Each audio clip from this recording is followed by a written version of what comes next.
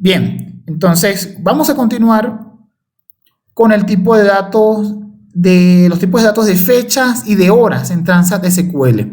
Tenemos el tipo de dato datetime, un tipo de dato tradicional que tiene un rango. Aquí básicamente vamos a ver las diferencias entre los rangos. El tipo de dato datetime va de 1753 año. En este caso el formato que estamos mostrando, o el formato oficial, es año, mes, día. 1753 es el año, mes 01 y día 01, hora 00, minuto 00, segundo 00, hasta el año 9999, el mes 12, diciembre, y el día 31, y el máximo de horas sería 23 horas 59 minutos 59 segundos. Entonces, vemos que la hora tiene una precisión que sería 23 horas 59 minutos 59 segundos con 997. Ahora, vamos a ver el tipo de datos DateTime 2. Este tipo de datos es más reciente dentro de la plataforma SQL Server y vemos que el rango de fecha es más amplio y el rango de hora es más preciso. Entonces, este tipo de datos es mucho más preciso. Va desde el año 1, mes 1, fecha, día 1, hasta 9.999, diciembre 31. Y vemos que la precisión en la hora puede ser mucho más amplia, y esto es algo importante cuando se utiliza para aplicaciones que están allí haciendo un trabajo donde están viendo, donde la diferencia en segundos o en décimas de segundos es muy importante. Este tipo de datos DateTime 2, a diferencia de DateTime, es mucho más preciso. ¿Bien? Tenemos luego el más pequeño, el Small DateTime, que va desde 1900 hasta 2079. Aquí también es importante tener esa referencia, que el rango de fecha es mucho más limitado y el de la hora es menos preciso que cualquiera de los dos anteriores. Tenemos ahora, lo que tenemos que ver de esto es el uso que vamos a hacer o que necesitamos realizar, y que por supuesto el tipo de datos Small DateTime utiliza menos espacio de almacenamiento que por ejemplo el DateTime 2. Bien. Muy bien, tenemos ahora los tipos de datos pero separados. El tipo de dato date, que solo almacena fechas, y el tipo de dato time, que solo almacena horas. Vemos que el rango es bastante preciso como el de DateTime 2. Y tenemos finalmente el DateTime Offset, que también es muy preciso y, a diferencia de los demás, tiene la ventaja de poder almacenar el desplazamiento de la zona horaria, o sea, indicar la zona horaria junto con la fecha. Bien, estos son los tipos de datos de fechas y horas. Bien, continuamos con los tipos de datos de cadenas de caracteres. Tenemos varios tipos de datos. El primero de ellos es el char, que puede almacenar hasta 8000 caracteres, es de longitud fija y no soporta Unicode. Recordemos que Unicode es ese estándar que amplía todo lo que es el conjunto de caracteres ASCII y permite, y es un conjunto de datos que representa muchos idiomas, grandes conjuntos de caracteres. Se continúa ampliando de hecho Unicode, y por ejemplo dentro de Unicode están los caracteres de nuestra lengua española, así como de otros caracteres, lenguas árabes, chinas, etc. Entonces, en el caso de char, no soporta Unicode, y esto es importante tenerlo en cuenta. Tenemos el tipo de datos nchar, que puede almacenar hasta 4000 caracteres, es de longitud fija y sí soporta Unicode, ¿okay? Soporta nuestros caracteres o los caracteres de la gran mayoría de lenguajes a nivel mundial. Tenemos luego varchar y nvarchar. Vemos que la diferencia, incluso el var, que no tiene arriba char ni nchar, el var significa que son tipos de datos de cadenas de caracteres con longitud variable. En el caso de varchar puede almacenar hasta 8000 caracteres. Si se declara como MATS, puede almacenar hasta 2 GB. es de longitud variable y no soporta Unicode. Y luego NVARCHAR puede soportar hasta 4000 caracteres, o si se declara como MATS, puede almacenar igualmente hasta 2 GB.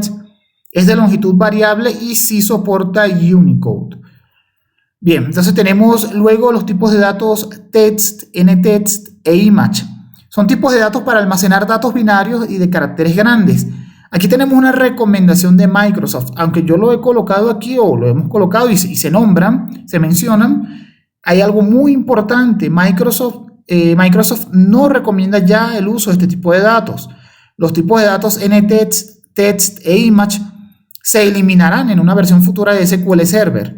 Evite el uso de este tipo de datos en nuevos trabajos de desarrollo y planee modificar las aplicaciones que los usan actualmente. En su lugar, utilice NVARCHAR, VARCHAR, MATS si es necesario, y var binary MATS, ¿ok?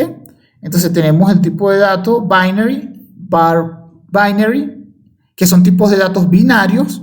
Generalmente se utilizan para almacenar arrays, o sea, cadenas de bytes correspondientes a imágenes o archivos. O sea, si por ejemplo queremos almacenar el contenido de una imagen dentro de una tabla de SQL Server en una columna, en este caso se convierte esa imagen a una cadena de bytes y ese array de bytes es el que se guarda en la columna var binary.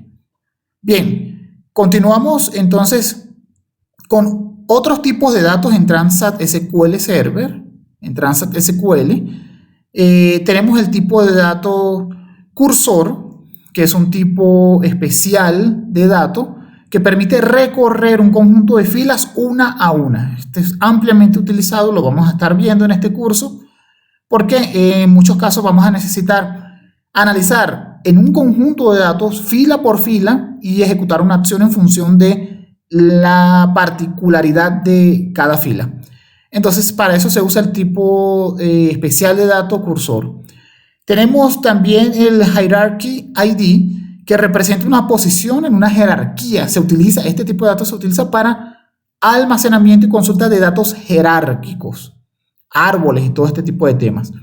Tenemos el dato Unique Identifier, que es un Globally Unique Identifier, un identificador único global, que tiene de manera fija y constante 36 caracteres en total. Aquí tenemos un ejemplo. Y se utiliza ampliamente para claves primarias. Este tipo de datos lo vamos a estar también utilizando. Tenemos el SQL Variant, que es un tipo de datos que almacena valores de varios tipos de datos en una misma columna. Es decir, en una columna podemos definida como SQL Variant, podemos almacenar valores ent, valores nvarchar, etc. Bien, entonces, este tipo de columnas también existe, sin embargo hay que tener mucho cuidado, ¿no? Porque puede generar un desorden, ¿no? Luego tenemos, y hay que utilizar conversiones explícitas, etcétera, que a veces puede hacer el trabajo más complicado. Tenemos el tipo de datos row version, que es un tipo de datos que expone números binarios únicos generados automáticamente en una base de datos. Este tipo de datos se suele utilizar como mecanismo para marcar la versión de la fila en una tabla, y de esta manera se puede conocer si se ha actualizado o no. Ahora, importante también, no debe ser usada como clave primaria de una tabla, puesto que en cada operación de actualización de la fila se actualiza este valor. Entonces este valor no puede ser utilizado como clave primaria.